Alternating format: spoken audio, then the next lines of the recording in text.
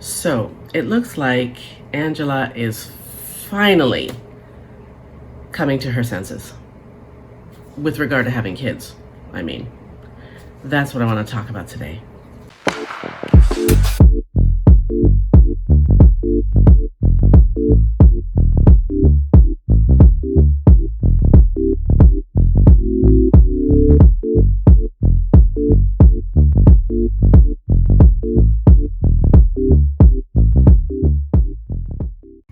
Hey, welcome back to my channel. My name is Debbie. I'm the She in Sheality TV. But first things first, I primarily talk about reality TV goings on this channel, but I recently started a new channel that is mostly social and lifestyle commentary, and that channel is called Brain Candy. I'll leave the link to that channel in the description box for this video below. Now let's get back to reality. So, as I said in the trailer, it looks like Angela is finally coming to her senses when it comes to having children with Michael.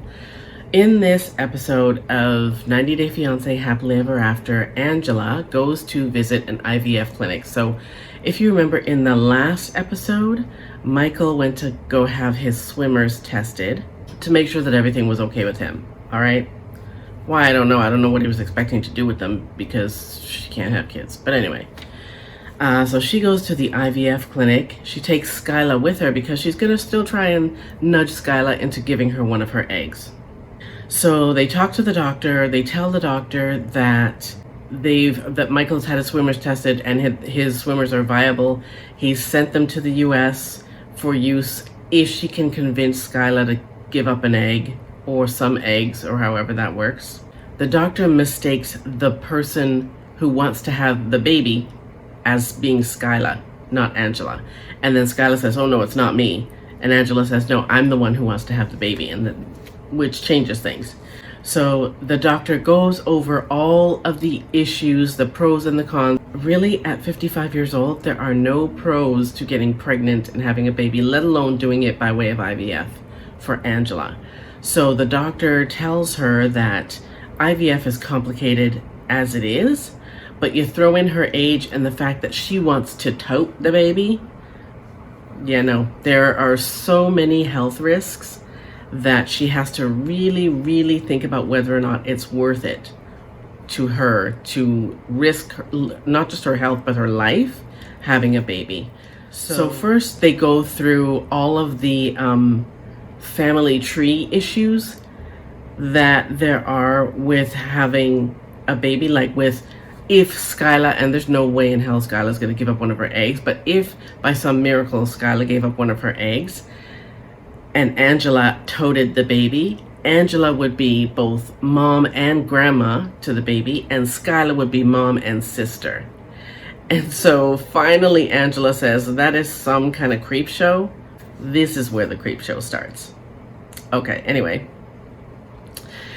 She seems kind of grossed out by that, and decides that, you know what, there are just too many moving parts to her having a baby with Michael, whether or not she's going to carry it, how she's going to get an egg. In addition, the doctor tells her that if she decides that this is what she's going to do, it will cost her upwards of $100,000. So she starts talking to Skyla about the possibility that Michael will want to divorce her because she can't have kids. Like, she's going to admit that she can't have kids because she can't carry it. Skyla's not going to give up an egg. So they've just dragged this thing out for however much longer, obviously, because they're getting paid for all this. But she's finally going to have the conversation with Michael about the fact that it looks like she's not going to have kids with him. And she's afraid that he will divorce her over it. So I guess we'll see. Next, let's talk about Kalani and Asuelu. I was going to split these up, but I'll do them both in the same video. So we know that on the last episode, Asuelu's mom and sister came over for Christmas, and as usual, it was a complete fiasco, okay?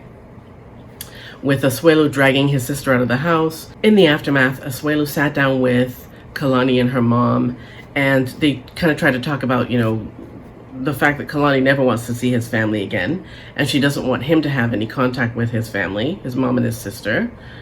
Which, I mean, on the one hand, I get it, but on the other, kind of unrealistic. But at the same time, how many of us haven't been in that boat where you've got some family member who just can't be civil when the whole family gets together, and so you got to cut them loose? Believe me, been there. Anyways, Kalani's mom drops a surprise on Kalani and Asuelu when she tells them that because her dad, Kalani's dad, works so far away, they're going to be selling the house and moving closer to where he works. Now, I don't know where exactly he works, but they've decided that they're going to sell the house. Kalani and Asuelu thinks that leaves them out in the cold, and I'm kind of like, why don't you just move with them?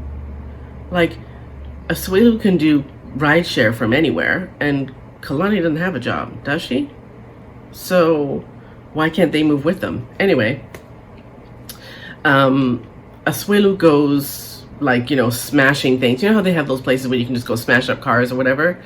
When you need to get some stress out, Asuelu goes to one of those places with a friend, and the friend, they talk it out, and the friend is like, well, it would cost a whole lot less for them to live in Samoa. So Asuelu's got this big idea in his mind that he and Kalani and the kids should move to Samoa. I don't think she's gonna go for it. I'm positive she's not gonna. Anyways, he decides that's a great idea.